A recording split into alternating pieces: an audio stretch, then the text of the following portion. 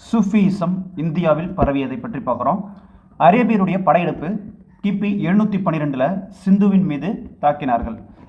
Sufism இந்தியாவுக்குள்ள அரேபியருடைய சிந்து படையெடுப்பு மூலயமா தான் பாதம் பதித்ததுன்னு சொல்லப்படுது. ஆனால் முக்கியத்துவம் பெற்றது எப்போது அப்படின்னு கேட்டால் 10-11ஆம் நூற்றாண்டுகளிலும் டெல்லி சுல்தான்களின் ஆட்சியின் போது தான் சூஃபியிசம் முக்கியத்துவம் பெற்றது. இந்த சூஃபியிசம் எதை கையாண்டு இங்கே பரவணுச்சு அப்படின்னு கேட்டால், ஒன்று யோக பயிற்சியை எடுத்துக்கிட்டாங்க. இந்தியாவுடைய இசை நடனம் இதை எல்லாத்தையும் கை கொண்டு தான் சூஃபியிசம் இந்தியாவில் பரவ ஆரம்பிச்சுது. அப்போ இந்திய இசை மூலமாகவும் இந்திய நடனம் மூலமாகவும் சூஃபியிசத்தை கொண்டு போய் மக்கள்கிட்ட சேர்த்துருக்காங்க. சூஃபியிசத்தை பின்பற்றியவர்கள் அப்படின்னு கேட்டால் இஸ்லாம், இந்து ஆகிய 2 சமயங்களை சேர்ந்தவர்களும் இருந்தாங்க. சூஃபியிசத்தில் சூபி அப்படிங்கிற சொல் சுப் என்னும் சொல்லிலிருந்து தோன்றியது. இதனுடைய பொருள் என்ன? சுப் அப்படின்னா பொருள் என்னன்னு கேட்டால் கம்பளி அப்படின்னு சொல்லப்படுது. இப்போ சூபிக்கள் சொரப்பாக அந்த முரட்டு கம்பளியாலான உடைகளை தான் அணிந்திருப்பாங்கன்னு நல்லாவே தெரியும். அதனால தான் அவங்களுக்கு சூபிக்கள் அப்படின்னு பேர் வந்திருக்கு.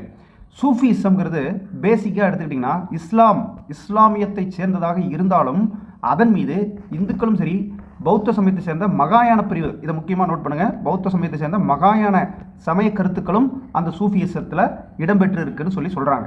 இப்போ உலேமாக்கள், முஸ்லீம் உலேமாக்கள் இருக்காங்கல்ல, அவங்களுடைய கடுமையான ஒழுக்க விதிகளை சூஃபியிசம் மறுக்குதுன்னு சொல்லப்படுது. இதனால தான் இஸ்லாத்துக்கு எதிராக இருக்குது சூஃபியிசம்னு சொல்கிறாங்க. மட ஆலய வாழ்வை ஒத்து துறவு வாழ்வை மேற்கொண்டு சூபிக்கள் சமுதாயத்திற்கு வெளியே செயல்பட ஆரம்பிச்சாங்க. இடைக்கால இந்தியாவை சேர்ந்த சூபிக்கள் 3 முக்கிய அமைப்பாக இருந்தாங்க: சிஸ்டி, சுகர்வார்டி, பிரதோசி. இந்தியாவில் அஜ்மீர் பகுதியில் இந்த சிஸ்டி அமைப்பை பிரபலமாக்கியவர் யாருன்னு கேட்டால் மொய்னுதீன் சிஸ்டின்னு சொல்லணும். இவருக்கு அஜ்மீர் ஷரீப் தர்கா, அஜ்மீரில் ஷரீப் தர்கான்னு சொல்லிட்டு ஒரு கலரை இருக்குது. அதே சமயம் சிஸ்டி அமைப்பை டெல்லியில் குறிப்பிட்டு சொல்லணும்னா அங்கே பிரபலமாக்கியது யாருன்னு கேட்டால் நிஜாமுதீன் அவுலியா. இந்த டெல்லி அதிகார வர்க்கத்தினர் நிஜாமுதீன் அவுலியாவை பின்பற்றினாங்க. அடுத்தது சிஸ்டிலேயே அமீர் குஸ்ருவும் வராரு, சிஸ்டி ஃபாலோ பண்ணவர்களே. இப்போ சுரவார்டிங்கிற அமைப்பு என்னன்னு கேட்டால் ஈரானை சேர்ந்தவர்.